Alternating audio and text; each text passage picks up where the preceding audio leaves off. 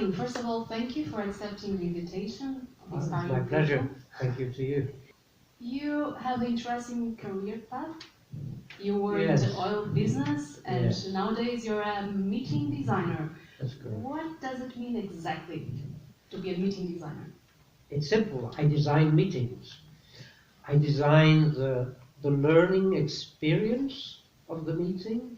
So people come to meetings, and we essentially take them through a series of learning experiences. In general, in the meeting design profession, we don't do it well, or we're not very successful to influence those who try to communicate using meetings as a channel.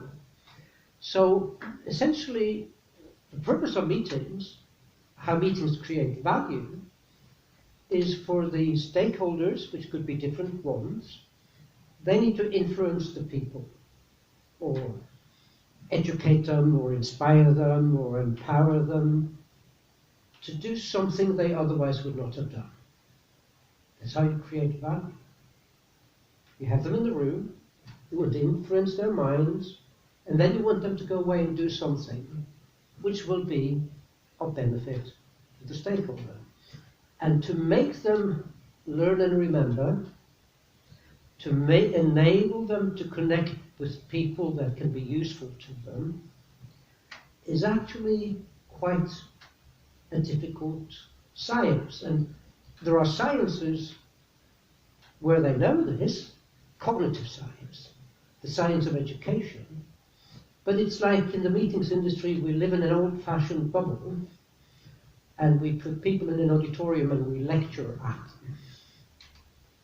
And that's not very effective. So what is effective, actually? It's the difference between, that's my belief, it's essentially the difference between what you call deductive learning. Then an expert will stand up in front of you and give you the right answer. It's like if you imagine people just sit quietly and you open their head up, you put the information in, you close it, and now they know it. It doesn't work. It's sometimes called the tell, show, practice method. You tell them the right answer, you give them an example of the right answer, you may even give them an exercise to exercise the right answer, and science can tell us it doesn't work. Deductive learning is when you take the learner on a journey of self-discovery. You give them a task to find the right answer. And you will be surprised how often and how easily they find the right answer through this process of discovery and experimentation, and they will never forget the answer. And one of the advantages is when you have a room full of people and you try to lecture at them, and you want to bring them up to this level of knowledge, and then someone is starting here, or here, or here, if I start there to fill the final gap, and they're down here, I've lost them before I've even started, because you need to be able to relate new things that you learn to what you know already. So on the journey of discovering the right answer, they always start where they are.